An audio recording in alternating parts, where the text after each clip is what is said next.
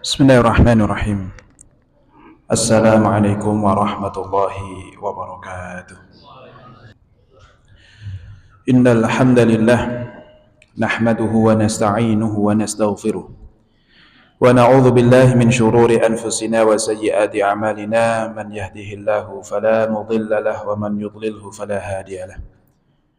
Asyhadu an la ilaha illallah wahdahu la syarika lahu wa asyhadu anna Muhammadan 'abduhu wa rasuluh. La nabiyya wa la rasula ba'da. Allahumma salli wa sallim wa barik ala sayyidina Muhammad wa ala alihi wa ashabihi wa man tabi'ahu bi ihsanin ila yaumiddin. Amma ba'du fa ya ibadallah, usikum wa nafsi bi taqwallah faqad fazal muttaqun. Faqad qala Allah ta'ala fi kitabihil karim ba'da a'udzu billahi minasy syaithanir rajim. Ya ayyuhalladzina amanu taqullaha wa qulu qawlan sadida. Wa qala Rasulullah sallallahu alaihi wasallam, ma nahaitukum anhu fajtanibuh wa ma amartukum bihi fa'tu minhu mastata'tum. Ma'asyiral muslimin, jamaah salat Jumat yang dirahmati Allah. Pada suatu ketika di saat Rasulullah sallallahu alaihi wasallam berada di Masjid Nabawi bersama para sahabatnya menunggu datangnya waktu sholat, tiba-tiba Rasulullah sallallahu alaihi wasallam bersabda, "Yatla alaikumul an rajulun min ahlil jannah." Perhatikan para sahabat, akan muncul di hadapan kalian seseorang yang mana dia adalah calon penghuni surga. Dikatakan demikian, maka seluruh mata para sahabat pun tertuju kepada pintu masjid, menunggu siapakah orang spesial, orang hebat yang disebut oleh Nabi sebagai calon penghuni surga. Maka tak lama setelah itu muncullah seseorang yang ternyata di luar ekspektasi para sahabat.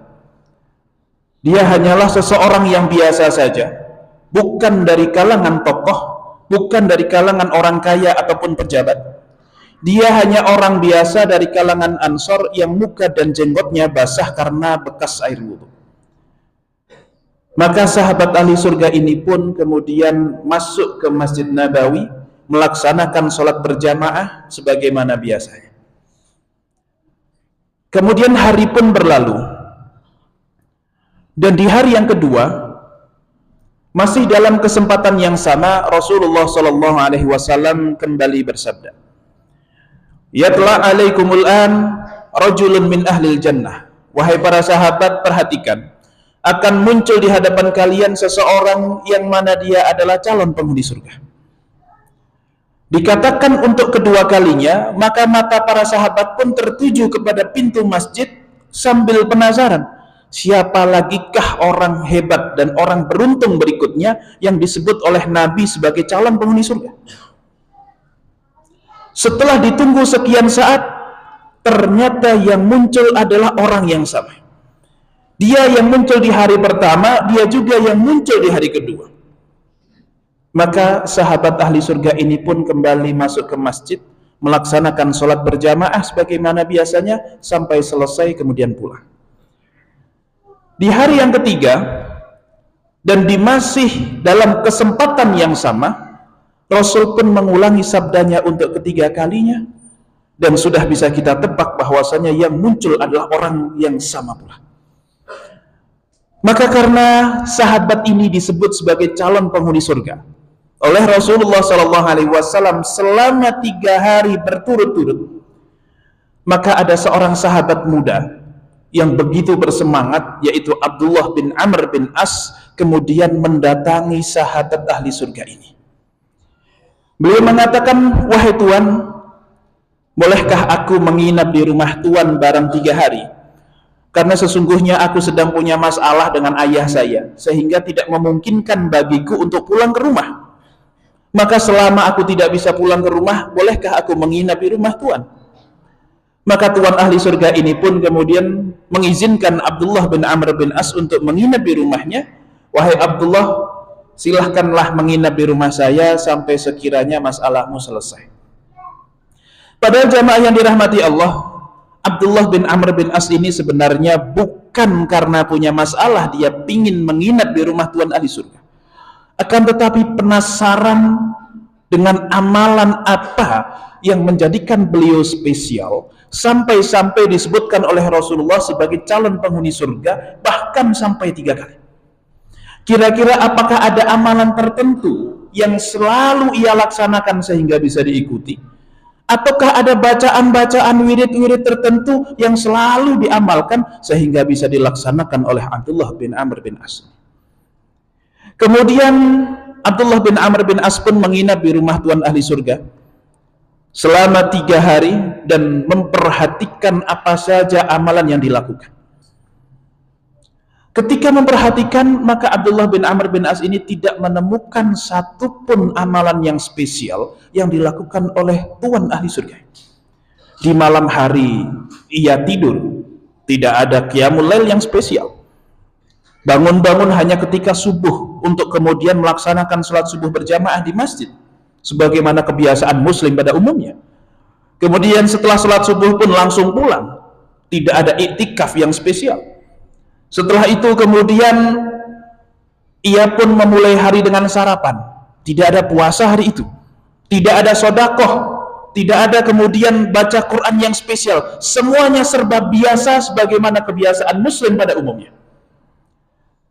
Maka setelah 3 hari Abdullah bin Amr bin As ini memperhatikan pekerjaan amalan Tuhan ahli surga ini dan merasa tidak ada yang spesial, akhirnya di hari yang ketiga Abdullah bin Amr bin As pun berpamitan sambil mengaku tujuan asli daripada Abdullah bin Umar itu apa. Wahai Tuhan, sesungguhnya kedatanganku dan aku menginap di rumah Tuhan itu bukan karena aku punya masalah dengan ayahku, tetapi tujuan utama daripada aku menginap di rumah Tuhan adalah karena Tuhan ini disebut oleh Rasulullah sebagai calon penghuni surga, bahkan sampai 3 kali berturut-turut. Akan tetapi selama aku menginap di rumah Tuhan, aku tidak menemukan satupun amalan yang spesial yang engkau kerjakan. Maka apa kata Tuhan ahli surga? Wahai Abdullah, ma huwa illa ma ra'aita hakadha. Ya seperti itulah kebiasaanku hari-harinya. Bukan karena ada engkau terus kemudian aku tutupi, tetapi memang aku seperti itu. Sebagaimana yang engkau lihat, malam hari aku tidur, waktunya sholat aku kerjakan, waktunya kerja saya bekerja, sholat sunnah ya biasa saja, sodakoh ya biasa saja, tidak ada satupun yang spesial, persis seperti kebiasaan muslim pada umumnya. Maka mendengar jawaban itu, Abdullah bin Amr bin As pun serasa putus asa dan tidak berhasil menemukan yang spesial dari Tuhan ahli surga ini. Kemudian beliau pun berpamitan. Ketika berpamitan kemudian meninggalkan rumah Tuhan ahli surga, belum jauh langkah Abdullah bin Amr bin As, maka kembali dipanggil oleh Tuhan ahli surga. Wahai Abdullah, mungkin ada satu hal yang kamu belum tahu dari diriku. Apa itu wahai Tuhan? Inni la ajidu fi nafsi ala ahadin minal muslimina ghisyah. Sesungguhnya aku tidak pernah menemukan di dalam diriku ini kebencian kepada satupun di antara saudara muslim saya. Wala ahsudu ala ahadin ala khairin a'tahullahu iyyah. Dan aku tidak pernah iri hasad terhadap kenikmatan yang Allah berikan kepada saudara-saudara saya. Maka mendengarkan jawaban itu, Abdullah bin Amr bin As pun serasa menemukan apa yang dia cari. Hadhihi allati qad balaghat bika wa nahnu la nutik. Nah, ini adalah kunci yang membuat engkau sampai kepada derajat tersebut dan kami tidak mampu untuk sampai kepada derajat itu. Jamaah yang dirahmati Allah, dari hadis yang diriwayatkan oleh Sayyidina Anas bin Malik, yang diriwayatkan oleh Al-Imam Al-Baihaqi dan Imam Ahmad ini, kita menemukan satu pelajaran yang sangat penting, bahwasanya untuk menggapai surganya Allah Subhanahu wa taala, selain perlu bagi kita untuk meningkatkan amalan ibadah ritual kita, di samping itu perlu juga bagi kita untuk meningkatkan kewaspadaan diri terhadap penyakit-penyakit hati yang mungkin menjangkiti diri kita, terhadap kotoran-kotoran yang bisa menutupi hati kita, terhadap noda-noda yang menjadikan hati ini kotor sehingga isinya adalah kedengkian, kebencian, selalu ingin berbuat sombong di hadapan orang lain. Maka dari itu, sebagai tindakan preventif untuk kemudian mengetahui apakah di dalam diri kita ini ada penyakit hati atau tidak, caranya adalah dengan bergaul dengan sesama muslim, berteman dengan orang-orang soleh, karena biasanya penyakit hati itu tidak diketahui oleh penderitanya, tetapi malah diketahui oleh orang lain. Berbeda dengan penyakit jasmani, sang penderita lebih paham tentang apa yang ia alami, tentang rasa sakit yang ia derita. Tetapi untuk penyakit hati, biasanya orang lain akan lebih paham tentang penyakit hati yang kita hadapi. Karena tidak ada orang sombong kok ngaku dirinya sombong, tidak ada orang iri kok sadar dirinya iri. Biasanya yang tahu kita sombong, yang paham kita iri adalah orang lain. Maka dari itu, bukalah pintu silaturahim yang seluas-luasnya, bergaul dengan orang-orang soleh sambil mempertanyakan apakah di dalam diri ini ada penyakit hati atau tidak. Dan ketika kemudian ternyata di dalam diri ini ada penyakit hati, kemana kita harus mengobati? Tentu kita tidak akan temukan dokter spesialis ngobatin masalah iri, dengki, sombong, dan lain sebagainya. Di rumah sakit hanya tersedia dokter-dokter untuk penyakit jasmani saja. Spesialis kulit ada, liver ada, mata ada, tetapi tidak pernah kita jumpai ada dokter yang bisa menyembuhkan penyakit sombong, iri, dan dengki.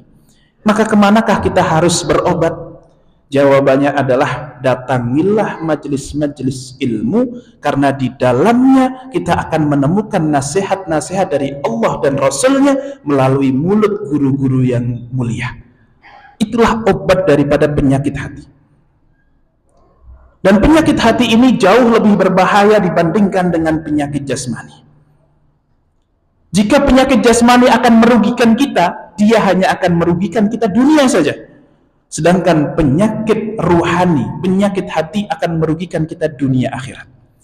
Sebagai contoh misalnya orang yang memiliki penyakit jasmani, orang yang memiliki penyakit katarak katakanlah, maka ujung-ujungnya paling mentok dia akan mengalami kebutaan.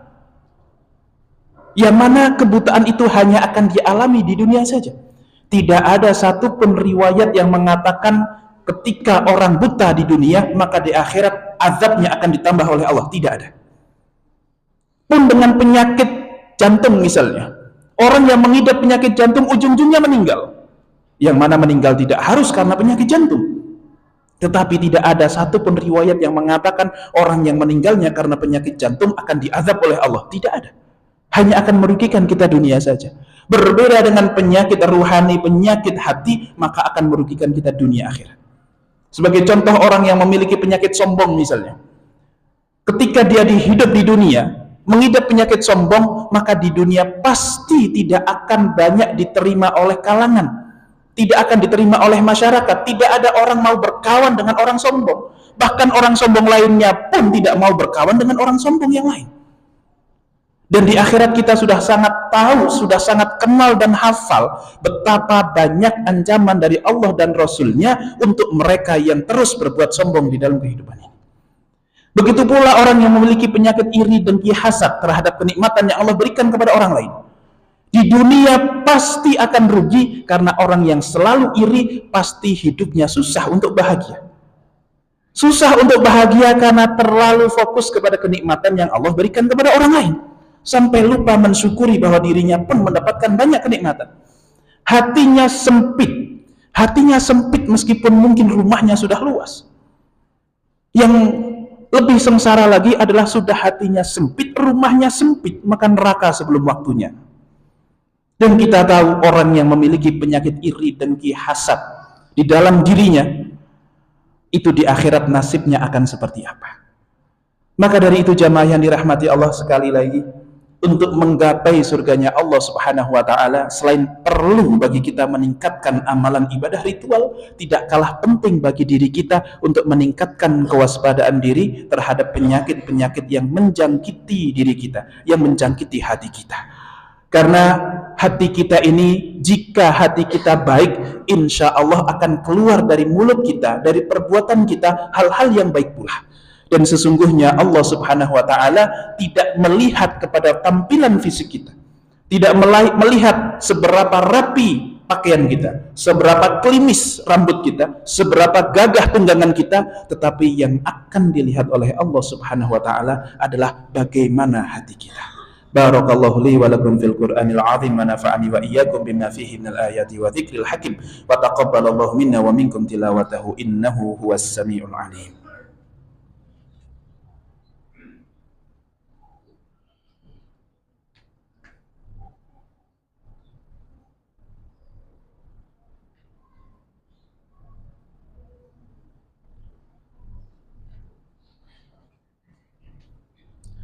Alhamdulillahi hamdan katsiran kama amara. Wa asyhadu an la ilaha illallah wahdahu la syarika lah al-muta'ali 'anil musyarakati wal musyakalati li sairil bashar. Wa asyhadu anna Muhammadan 'abduhu wa rasuluhu an-nabiyyul mu'tabar. Allahumma shalli wa sallim wa barik ala sayyidina Muhammad wa ala alihi wa ashabihi wa man tabi'ahu bi ihsanin ila yaumiddin. Amma ba'du, fa ya ibadallah, usikum wa nafsi bi taqwallahi faqad fazal muttaqun. Faqad qala Allah Ta'ala fi kitabihil karim ba'da a'udzu billahi minasyaitonir rajim. Innallaha wa malaikatahu yusalluna 'alan nabi ya ayyuhalladzina amanu sallu 'alaihi wa sallimu taslima.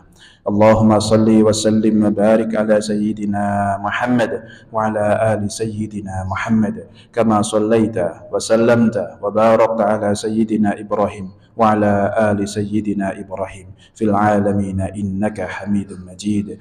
Allahumma ighfir lil mu'minina wal mu'minat wal muslimina wal muslimat al ahya'i minhum wal amwat innaka sami'un qaribun mujibud da'wat wa ya qadiyal hajat wa ghafirat dhunubi wal khati'at bi rahmatika ya arhamar rahimin. Allahumma a'inna ala dzikrika wa syukrika wa husni ibadatik. Rabbana zalamna anfusana wa illam taghfir lana wa tarhamna lanakunanna minal khasirin. Rabbana atina fid dunya hasanah wa fil akhirati hasanah wa qina adzaban nar walhamdulillahi rabbil alamin. Ibadallah, innallaha ya'muru bil 'adli wal ihsan wa ita'i dzil qurba wa yanha 'anil fahsya'i wal munkari wal baghi. Ya'idzukum la'allakum tadhakkarun. Fadhkurullahal 'azim yadhkurkum washkuruhu 'ala ni'amihi yazidkum wa la dzikrullahi akbar.